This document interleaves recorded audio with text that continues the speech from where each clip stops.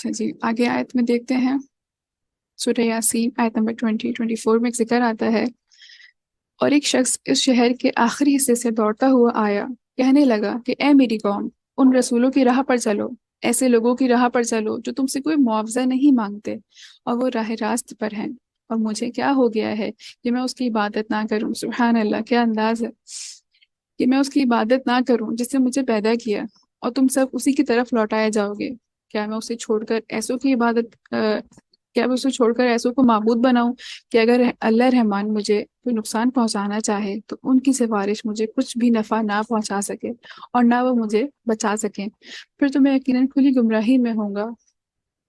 مفسرین فرماتے ہیں کہ یہاں پہ جس شخص نے یہ فرمایا ان کا نام حبیب نجار تھا، اور مطلب ان کی یہ بات کتنی خوبصورت تھی کہ اللہ تعالیٰ نے ان کی باتوں کو جگہ قرآن میں دی. اب ہم سوچتے ہیں کہ ہم کوئی ایسا کام کریں جو ہمارا نام جو ہے ورلڈ ریکارڈ میں لکھا جائے. کتنی مشہور کتاب ہے. کبھی بچپن میں مجھے بھی بہت دفعہ خیال گزرا کہ کوئی ایسا کام کرنا چاہیے کہ ہمارا نام ورلڈ ریکارڈ میں. ہم چھوٹے تھے، بہت کچھ سوچتے تھے. اب بھی ہوتا ہے نا کہ ہم شوق ہوتا ہے کہ ورلڈ ریکارڈ میں ہمارا نام لکھا جائے. آپ صرف یہ دیکھیں کہ ان کی حبیب نجار کی بات کتنی خوبصورت تھی کہ اللہ تعالیٰ نے قرآن میں جگہ دی.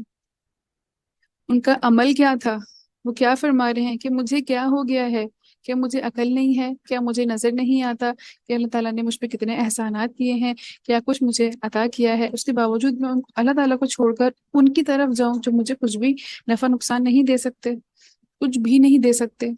تو یہ صرف کیا ہے، ہماری خام خیالی ہے کہ ہم دوسروں کی طرف جائیں گے. اب ہم لوگ ایک چھوٹی سی چیز دیکھتے ہیں کہ ہم دوسروں کی جو مطلب شرک کر رہے ہوتے ہیں. صرف وہ شرک نہیں ہے کہ ہم بولیں کہ اللہ تعالیٰ مطلب اللہ تعالیٰ کے ہونے کا انکار کریں، یہ شرک نہیں ہے. اگر میں کسی ڈاکٹر کے پاس جاتی ہوں اور میں یہ کہتی ہوں کہ مجھے فلاں ڈاکٹر کی دوا نے ٹھیک کر دیا اور میں ٹھیک ہو گئی، تو یہ شرک ہے. شرک کی چھوٹی قسم ہے مگر شرک ہے.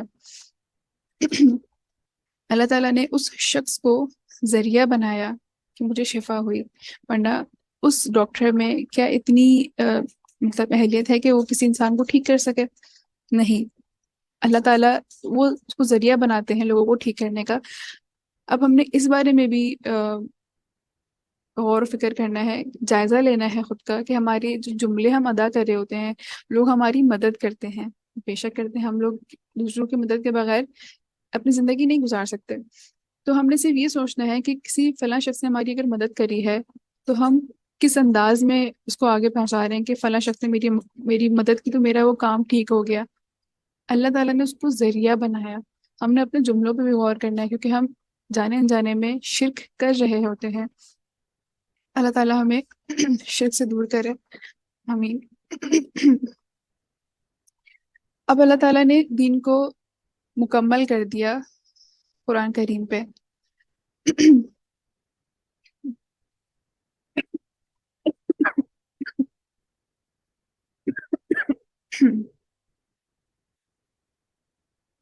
تمام انبیاء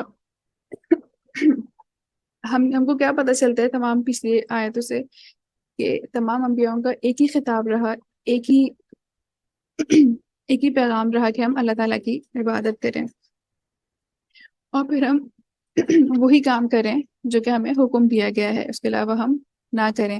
اور اس کتاب کو سمجھانے کے لیے اللہ تعالیٰ نے نبی کرم صلی اللہ علیہ وسلم کو پیغمبر بنا کر بھیجا اور ان پر دین کو مکمل کر دیا. اس کی دلیل ہمیں سورہ مائدہ آیت نمبر 3 سے پتہ چلتی ہے: آج میں نے تمہارے لیے دین کو کامل کر دیا اور تم پر اپنا انعام بھرپور کر دیا اور تمہارے لیے اسلام کے دین ہونے پر رضامند ہو گیا. اب یہاں پہ یہ بات سوچنے والی ہے کہ ہمارا دین مکمل ہو چکا ہے، اس میں کسی بھی ایڈیشن کی ضرورت نہیں ہے، ہم اس میں کچھ بھی ایڈیشن نہیں کر سکتے.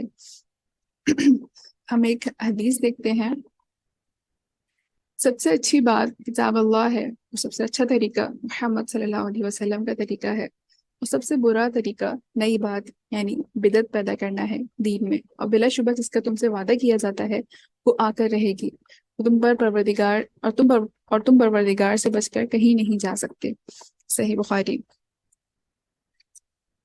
اب ہم دیکھتے ہیں کہ ہمارے ارد گرد کتنی ہی بدعات ہو رہی ہیں، مختلف دن سیٹ ہوئے ہوئے ہیں کہ فلاں دن یہ ہے، فلاں دن وہ ہے۔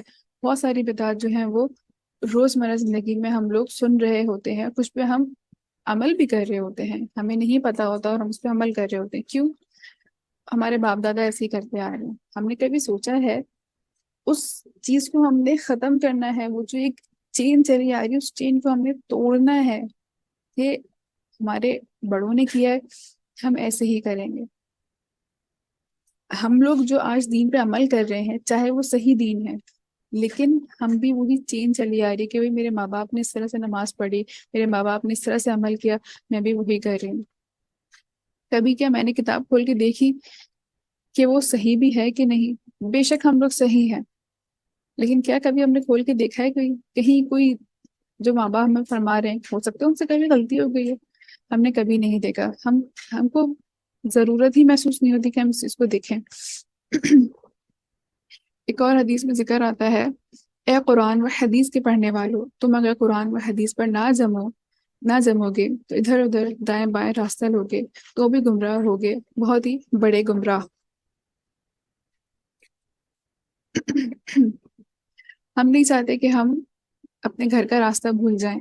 ہم لوگ صبح صبح نکلیں کام پہ، شام کو تھکے آ رہے، واپسی کے جب سفر کر رہے ہوں اور ہم کو ہمارے گھر کا راستہ بھول جائے، کیا فیلنگ ہوگی؟ کبھی اس بارے میں بھی سوچیں۔ ہم لوگ کبھی اسکول جاتے ہیں، کالج جاتے ہیں، اپنی جاب پہ جاتے ہیں، کسی بھی طرح ہم لوگ گھر سے باہر نکلتے ہیں، محنت کر کے جب گھر آ رہے ہوتے ہیں ہم راستہ بھول جائیں، ہمیں راستہ ہی نہ ملے کہ ہمیں کس طرف جانا ہے، ہمارا گھر ہم سے گم ہو جائے، کیا کریں گے ہم؟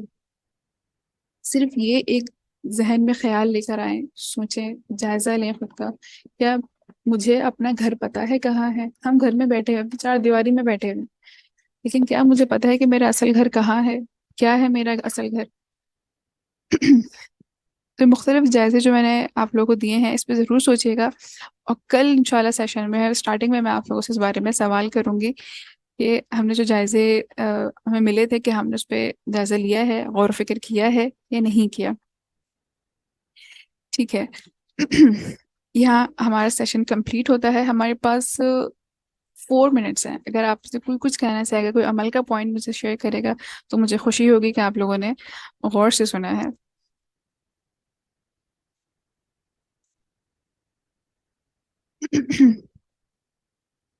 Any one? جی السلام واجدہ۔ علیکم ورحمۃ اللہ وبرکاتہ۔ وعلیکم جی السلام ورحمۃ اللہ۔ جی الحمدللہ، سورہ بقرہ میں اللہ تعالیٰ فرماتے ہیں انی فانی قریب، مجھے پکارو اور میں تمہارے قریب ہوں، ہوں، اور میں تمہاری دعائیں سنتا ہوں۔ تو ہمیں چاہیے کہ اللہ کو پکارے، ہر حال میں اللہ کو کوئی پکارے، اور کسی اور کا کو ذریعہ بنانے کی ہمیں ضرورت ہی نہیں ہے۔ ایک اللہ بالکل ہمارے پاس موجود ہے الحمدللہ، جو ہمارے لیے پورا ہے، ہمیں کسی اور کی ضرورت الحمدللہ نہیں ہے۔ بالکل الحمدللہ۔ یہ چیز ہمارے ادھر اگر پختہ ہو جائے کہ ہمیں کسی کی بھی ضرورت نہیں ہے، صرف ہم ایک پکاریں گے اور اللہ تعالیٰ ہمارے لیے راہ ہموار کر دیں گے، یہ ایمان اگر ہمارے اندر ہونا، تو ہمیں کسی بھی سہارے کی ضرورت نہ باقی رہے انشاءاللہ۔ اور کوئی کچھ کہنا چاہے گا؟ السلام علیکم ورحمۃ اللہ وبرکاتہ۔ وعلیکم السلام۔ میں نے آج یہ بات سیکھی کہ جب بھی ہم کسی کو اسلام کی دعوت دیں یا کسی کو کوئی اچھی بات بتائیں دین کے حوالے سے، تو ہوں، محبت سے پیش آنا چاہیے۔ ہمیں سامنے والے کے گناہ گار ہونے یا نیک ہونے کا کام ہمارا نہیں ہے کہ ہم فیصلہ بالکل۔ کریں کہ آپ اچھا ہو یا نیک ہو۔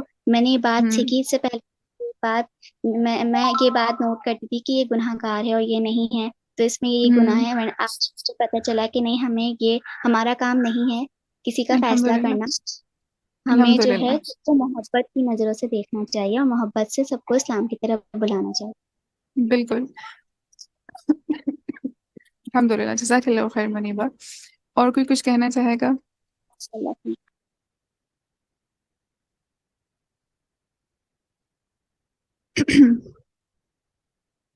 ٹھیک ہے جی، ہم یہیں پہ اپنا اختتام کرتے ہیں، انشاءاللہ کل ملاقات ہوگی۔ السلام علیکم ورحمۃ اللہ وبرکاتہ۔